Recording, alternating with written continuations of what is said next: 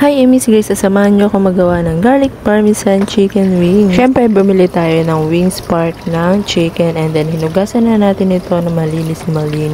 And guys, first time ko lang magagawa nito kaya di ko alam ang kalalabasan nito basta magagawa ako. Sa mga gusto mag-business, pwede to sa inyo. Ayan, nilagyan ko na rin ito ng garlic powder and granulated. Lagyan na rin natin ito ng paminta para mababad siya sa paminta. And then, lagyan na rin natin ng paprika at ng kaunting asin. At saka natin yan i-mekos-mekos insang. Ayan, lamas-lamasin lang natin ito hanggang sa ma-absorb ng chicken yung lasa. Yung mga spices na nilagay natin dito kanina. And then, i-marinate lang natin ito at saka hayaan lang muna natin ng mga ilang minuto dito sa santabi. Habang minamarinate natin ng chicken ay magawa na tayo ng kanyang breadings. Naglagay lang ako dito ng all-purpose flour at lagyan lang natin din ito ng kaunting garlic powder, paminta again, and also ang dried parsley leaves and then ang paprika again. At lagyan din natin to ng kaunting asin para naman may lasa ang ating breadings, hindi yung karne lang ating sauce. At ayan, saka ulit natin i-mekos-mekos yan para humalo ang lasa.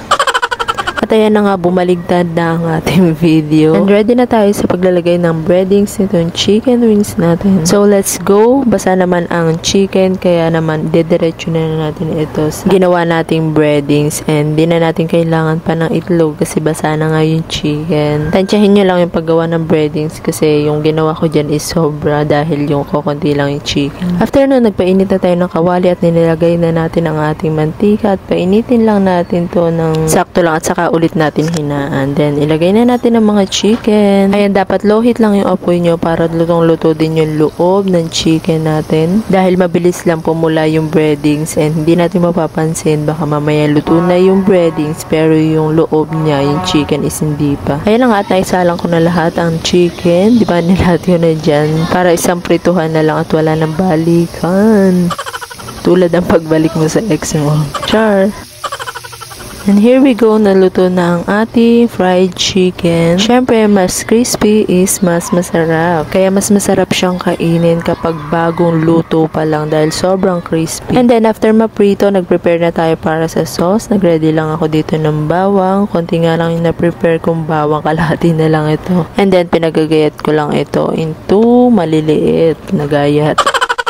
As in, maliliit talaga para masarap and lasang-lasa yung pagkabawang niya. Ayan, sa ganyang kaliliit, pinuhin pa natin yan para mas lumabas yung bawang, yung lasa ng bawang I mean. At sa isang kawali ulit, maglagay tayo ng butter. Konti lang yung butter ko dyan guys kasi konti lang naman yung chicken na niluto ko. And then, hayaan lang natin itong uminit at ilagay na natin ang bawang at gisahin lang natin ito dito sa butter. Habang ginigisa natin, lagyan na rin natin ng dried parsley at i-mekos-mekos ulit natin yan at lagyan na natin ng parmesan cheese. Siyempre, yan yung importante kasi garlic parmesan chicken wings nga ang ating ginawa, diba? And then, i-mekos-mekos lang natin yan hanggang sa maluto yung parmesan at ang garlic. Then, dinagdagan ko pa ng konti. And then, ilagay ko na ang mga chicken. Ayan, at halu-haluin lang ulit natin ito para maglasa yung sauce natin sa ating mga chicken wings. At nilagyan na naman natin ng parmesan cheese. Grabe, napakadami na nito.